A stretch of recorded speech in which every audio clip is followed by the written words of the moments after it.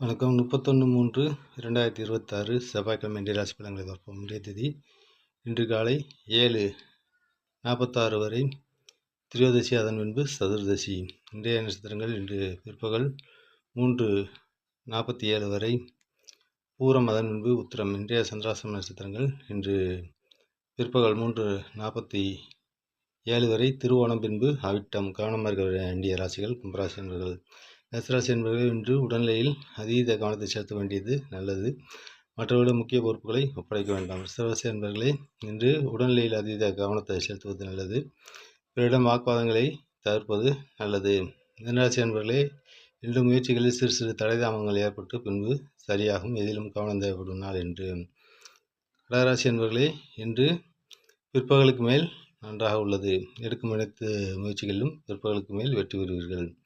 சிம்மராசி என்பவர்களே, இன்று வீண் விரயங்களும் வீண் அலைச்சலும் காட்டுகிறது. எனவே இக்காரியத்திலும் ஒரு முறைக்கு இருமுறை யோசித்து செயல்படுவது நல்லது.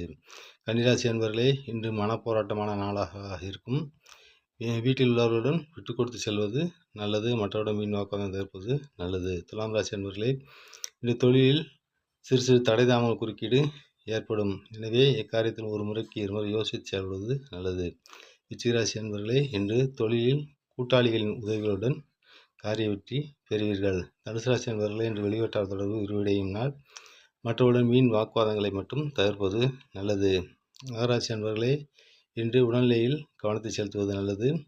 வீண் விரயம் வீண் அலைச்சலை காட்டுகிறது. எனவே எக்காரியத்திலும் கவனம் தேவைப்படும் நாள் என்று. கும்பராசி என்பவர்களே, இன்று பிற்பகலுக்கு மேல் சந்திராசிரமம் ஆரம்பமாவதால் எதிலும் கவனம் தேவைப்படும் நாள் என்று. குறிப்பாக அவிட்ட நட்சத்திரக்காரர்கள் மிகுந்த கவனமுடன் செயல்படுவது நல்லது. மற்றவருடன் வீண் வாக்குவாதம் தவிர்ப்பது நல்லது.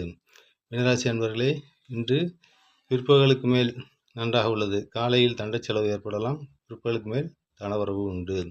வணக்கம் யூடியூப் அன்பர்களே, நம்ம சேனலை ஃபாலோ பண்ணுங்கள், சப்ஸ்கிரைப் பண்ணுங்கள். அப்போ தான் வீடியோ உங்களுக்கு உடனுக்குடன் கிடைக்கும். நன்றி, வணக்கம். மற்ற பதிவில் சந்திப்போம்.